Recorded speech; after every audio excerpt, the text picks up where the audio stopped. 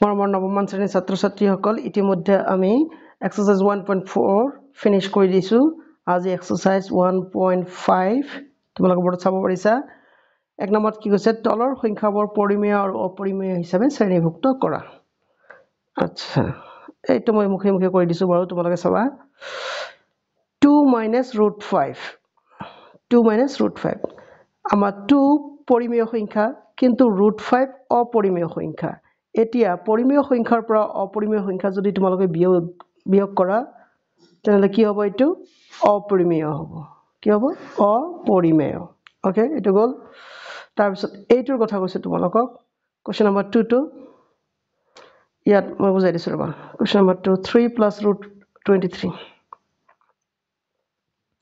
3 + √23 - √23 আছে নহয় এটো তোমালোকে কৰিব পাৰিবে কি +√23 - √23 ইকুৱেল টু কিমান থাকিল 3 3 এটা কি সংখ্যা পৰিমেয় সংখ্যা তাৰ মানে আমাৰ কোৱেশ্চন নম্বৰ 2 যেটো আছে হেটো হ'ব আমাৰ পৰিমেয় সংখ্যা এইটো অপৰিমেয় এক নম্বৰ অপৰিমেয় দুই নম্বৰটো পৰিমেয় তিন নম্বৰটোত কি আছিল মই তোমালোকক দেখা দিছো ৰবা তিন নম্বৰটো আছে 2√7 / 7√7 এতিয়া √7 কাটি দিলা বাকি থাকিল 2/7 2/7 এটা পৰিমেয় সংখ্যা কোৱেশ্চন নম্বৰ 3 তাৰ মানে পৰিমেয় হৈ গল কোৱেশ্চন নম্বৰ হেড কি আছে 4ত কোৱেশ্চন নম্বৰ 4 এটা পৰিমেয় সংখ্যা আৰু কোৱেশ্চন নম্বৰ কি অপৰিমেয় সংখ্যা এটা অপৰিমেয় দেই কোৱেশ্চন নম্বৰ 4 অপৰিমেয় কোৱেশ্চন নম্বৰ 5 টো পাই এটা অপৰিমেয় সংখ্যা ইয়াক তোমালোকে 2 দি পূৰণ কৰিছা তথাপি ই কি হ'ব অপৰিমেয় হ'ব আলটিমেটলি মই ক'ব বিচাৰিছো তোমালোকক যে কোৱেশ্চন নম্বৰ 1 টো অপৰিমেয় ৰবা মই মুছি দিছো সববিলাক আলটিমেটলি মই তোমালোকক ক'ব বিচাৰিছো যে কোৱেশ্চন নম্বৰ 1 টো অপৰিমেয় কোৱেশ্চন নম্বৰ 2 টো পৰিমেয় কোৱেশ্চন নম্বৰ 3 টো পৰিমেয় কোৱেশ্চন নম্বৰ 4 টো অপৰিমেয় কোৱেশ্চন নম্বৰ 5 টো হ'ব অপৰিমেয় আৰু কি অপৰিমেয় এটা মই তোমালোকক বুজাই দিছো নে যিকোনো এটা সংখ্যাক পৰিমেয় সংখ্যাক যদি অপৰিমেয় সংখ্যাৰে হৰণ কৰা ই অপৰিমেয় হ'ব পাই এটা অপৰিমেয় সংখ্যা ইয়াক 2 দি পূৰণ কৰা হৈছে গতিকে ই আলটিমেটলি অপৰিমেয় এইখিনি আছিল তোমালোকৰ কোৱেশ্চন নম্বৰ 1 কোৱেশ্চন নম্বৰ 2 টোত কি কৰা হৈছে তলৰ প্ৰতিটো ৰাশিৰ সৰল কৰিবা দিছে কোৱেশ্চন নম্বৰ 1 টোত কি দিছে ৰবা মই তোমালোকক দেখা দিছো কেনেকৈ সলভ কৰিব মই বুজাই দিছো well ইফালে চোৱা কোৱেশ্চন নম্বৰ 2 ৰ 1 কোৱেশ্চন নম্বৰ 2 ৰ 1 ত আছে আমালোকৰ 3 + √3 into 2 + √2 আচ্ছা ইয়াক কোনো ডাইৰেক্ট ফৰ্মুলাত আমি বহাব নোৱাৰিম তেনেকা নাই গতিকে আমাৰ আলটিমেটলি আমাক কি কৰিব লাগিব ডিস্ট্ৰিবিউটিভ প্ৰপাৰ্টি ইউজ কৰি পূৰণ কৰিব লাগিব হেতু তোমালোকে সৰুৰে পৰা কৰি আহিছা 2 + √2 ফাৰ্ষ্টতে এইটো দি পূৰণ কৰিলো এইবাৰ আমি কৰিম কি এইটো দি পূৰণ কৰিম প্লাস √3 into 2 + √2 এইবাৰ আমি জেনাৰেল পূৰণ কৰিম এটা কি হ'ব 3 দি 2 পূৰণ কৰিলে 3 × 2 = 6 আৰু 3 দি এইটো পূৰণ কৰিলে হ'ব আমাৰ 3√2 তাৰপিছত ইয়াত প্লাস আছে প্লাস এটো 2 আছে নহয় 2 দি এইটো পূৰণ কৰা 2√3 তাৰপিছত ইফালে প্লাস √3 into √2 কিমান হ'ব √6 হৈ গল এতিয়া তোমালোকে হেৰি কৰিবা তোমালোকে হয়তো ভাবিছা যে তুমি ইয়াত 3 আছে ইয়াত 2 আছে আমি যোগ কৰি দিও কিন্তু যোগ কৰিব নোৱাৰিবা এইটো এটা বেলেগ সংখ্যা এইটো এটা বেলেগ সংখ্যা হয় নাই এইটো হল আমাৰ অপৰিমেয় সংখ্যা আৰু এইটো হল আমাৰ পৰিমেয় সংখ্যা গতিকে আৰু বাকিখিনি তোমালোকে কৰিব নোৱাৰিবা এইটো হ'ব তোমালোকৰ আনসাৰ গল কোৱেশ্চন নম্বৰ 1 টো গল কোৱেশ্চন নম্বৰ 2 টোত কি আছে মই কৰাই দিছো বাৰু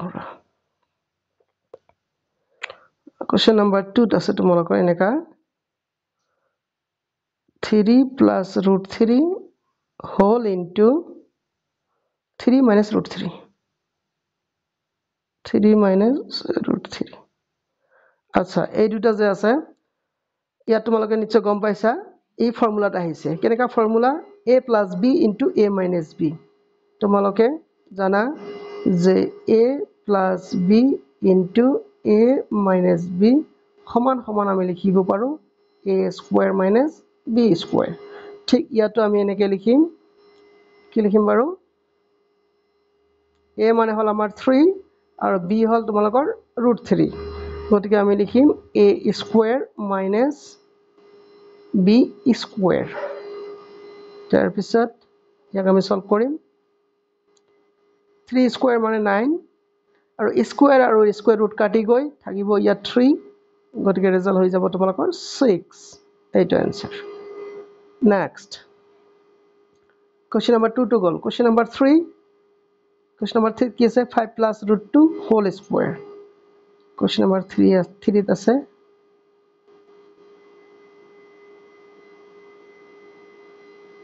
5 plus √2 whole square এটো হয়নে নহয় মই অলপ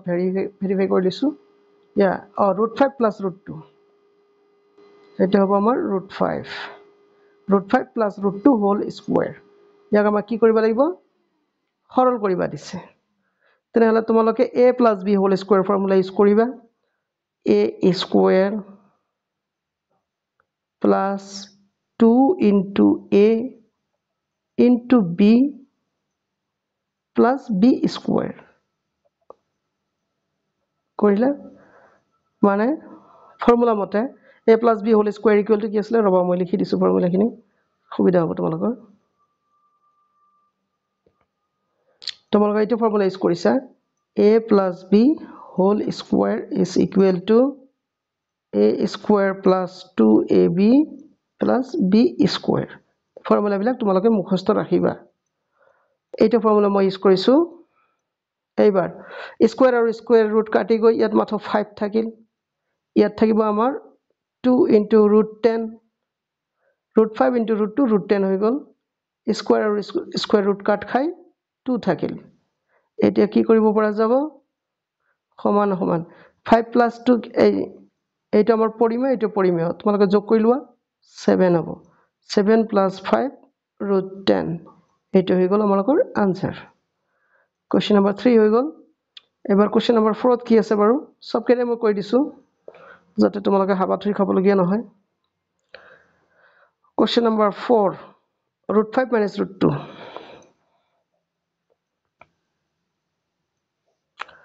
क्वेश्चन नंबर 4 ত কি আছিল √5 minus √2 whole into √5 plus √2 এটো আছে এটো আগৰ formula a minus b into a plus b তোমাকে সিধা লিখিবা a square minus b square সমান সমান এটো স্কয়াৰ আৰু স্কয়াৰ ৰুট কাট খাই 5 থাকিল আৰু ইয়াত থাকিব তেনেকে 2 5 minus 2 কিমান হ'ব 3 এটো आंसर 6 নম্বৰটো গল এতিয়া 5 নম্বৰত কি আছে বাৰু 5 নম্বৰত আছে 3 √5 minus 4 √3 whole square ৰবা এটা মই মুছি দিছো আগতে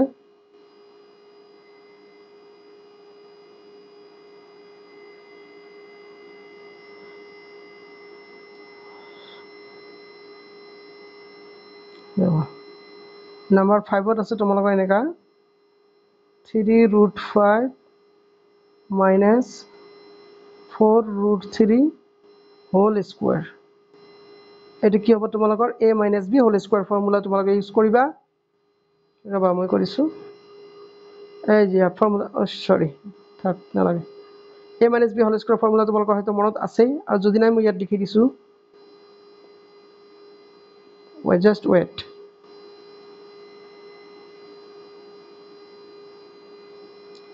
a minus b whole square সমান সমান লিখিবা তোমালোকে a square minus 2ab plus b square এইটো ফৰ্মুলা আমি ইয়াত ইউজ কৰিম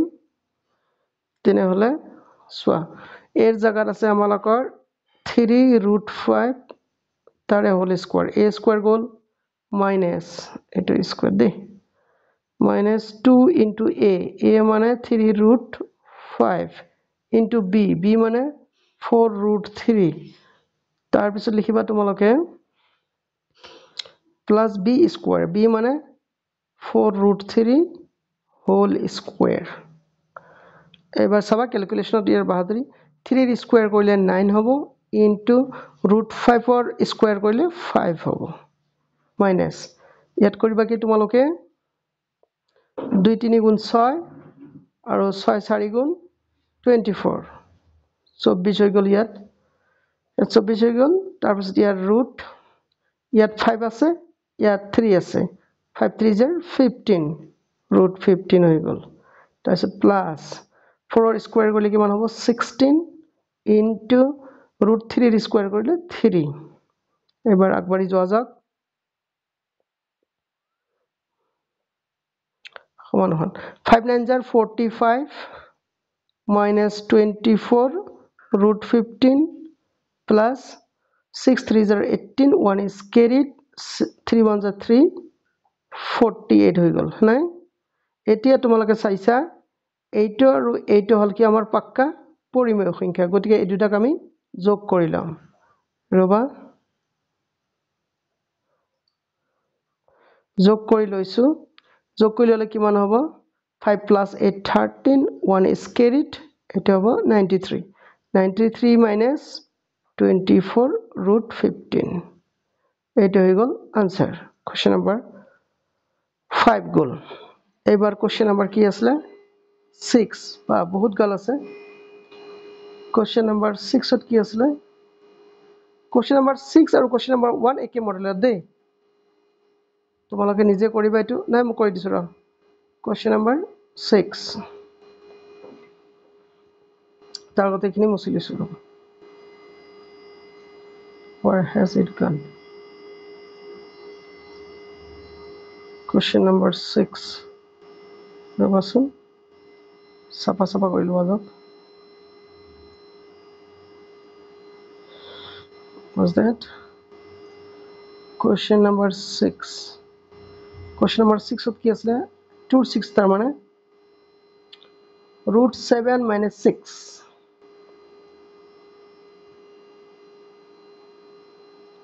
√7 minus 6 whole into ইফালে কি আছিল √3 minus √7 √3 minus √7 এটো পূৰণ কৰিব লাগিব ইয়াত কোনো তোমালোকৰ ফৰ্মুলা নাহাতিব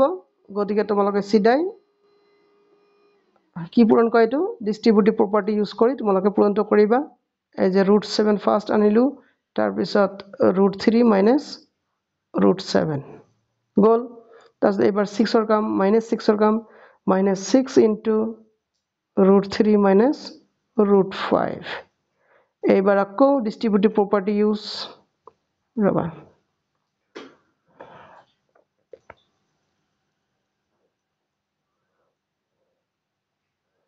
equal to আচ্ছা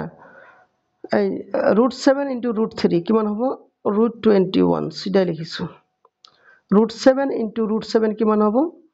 √7 স্কয়ার তার মানে আলটিমেটলি 7 হৈ গল এটো ঠিক তেনেকে এটো আমি লিখিম কিমান 6 into √3 গতি এটা হ'ব আমাৰ 6 √3 এ হ'ব মাইনাস ইনটু মাইনাস কিমান হ'ব এটা প্লাস হয়না ৰবা a minus আৰু a minus তোমালোকে ইনটু কৰিছা প্লাস হৈ গৈছে এটা হ'ব 6 ওয়াট এটা হ'ব আমাৰ 6√5 আচ্ছা গল নে গল এতিয়া তোমালোকৰ কৰিবাৰ কি আছে আচ্ছা ইয়াত তোমালোকৰ কৰিবলৈ আৰু একোই নাই এইটোই তোমালোকৰ সিধা आंसर তোমালোকে খুব বেছি এই দুটো কমন লব পাৰিবা কিন্তু দৰকাৰ নাই গতিকে এইটো হয় আমাৰ आंसर ওকে তোমালোকৰ কোশ্চেন নাম্বাৰ কোনটো গল 6 গল এবাৰ কোশ্চেন নাম্বাৰ 7 লৈ আহা যাওক যদি আছে 7 আছে 7 টো একে মডেল 2 plus √6 4 plus √6 আচ্ছা 2 plus √6 4 plus √6 ৰবা মই কৈ দিছো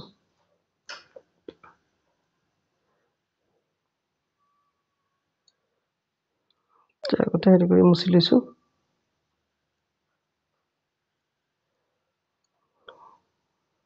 কি আছিলে তোমালোকৰ 7 নাম্বাৰটো নাম্বাৰ 7 2 প্লাছ √6 তাৰপিছত আছিলে কি 4 প্লাছ √6 4 প্লাছ √6 আচ্ছা এইটো মই অলপ ডাঙৰ কৰি লৈছোঁ ৰ'বা এইটো হৈছে আমাৰ অংক এতিয়া এইখিনিত তোমালোকে কৰিবা কি অলপ আমি ষ্টাইলটো চেঞ্জ কৰি ল'ম ইকুৱেলটো আমি লিখিব পাৰোঁ √6 প্লাছ 2 আৰু এইফালে আমি লিখিব পাৰোঁ √6 প্লাছ 4 এতিয়া তোমালোকে নিশ্চয় লক্ষ্য কৰিব পাৰিছা কোনটো ফৰ্মুলাত পৰিছে এইটো ফৰ্মুলাত দেখাই দিছোঁ x প্লাছ a ক্লাছ এইটোত পঢ়িছিলা তোমালোকে x plus b whole into is equal to কিমান হ'ব লিখিবা x square plus a plus b whole into x plus ab এইটো ফৰ্মুলা আহি গ'ল ইয়াত হয়নে গতিকে এইটো ফৰ্মুলা আমি ইউজ কৰিম সমান সমান x square plus a plus b whole into x plus a into b নহয়নে তাৰপিছত তোমালোকে লিখিবা কি এইটোত ইকুৱেল টু স্কুৱেৰ আৰু স্কুৱেৰ ৰুট কেঞ্চেল গৈ ইয়াত 6 থাকিল আৰু ইয়াত 2 প্লাছ 4 কিমান হ'ব 6 6 √6 2 4 জাৰ 8 8 আৰু 6 14 হ'ব 14 যোগ 6 √6 এইটো হৈ গ'ল তোমালোকৰ আনসাৰ গতিকে তোমালোকৰ কোৱেশ্চন নম্বৰ 1 আৰু 2 টো মই সলভ কৰি দিলোঁ বেছি দীঘলীয়া হ'ব নহ'লে ভিডিঅ'টো গতিকে তোমালোকে চেনেলটো সাবস্ক্ৰাইব কৰিবলৈ চেষ্টা কৰিবা লাইক কমেন্ট শ্বেয়াৰ কৰিবা চোৱাৰ কাৰণে ধন্যবাদ আৰু কিবা প্ৰব্লেম থাকিলে তোমালোকে কমেন্টত জনাবা দেই